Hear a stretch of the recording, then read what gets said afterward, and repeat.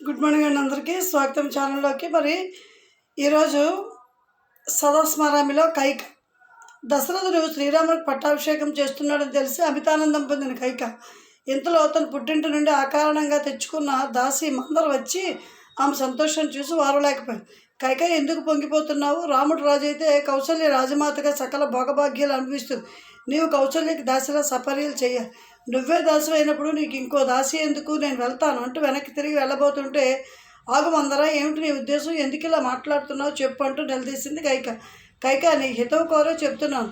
పువ్వులు అమ్మిన చోట కట్టెలు అమ్మడం కష్టమని నీకు తెలియంది కాదు. ఇంతవరకు చిన్నవారిగా నీపై దశరథుడు ఒరకబోసిన ప్రేమంతా నాటకం. ఇకపై కౌసల్య అడుగులకు మడుగులు వత్తబోతున్నాడు.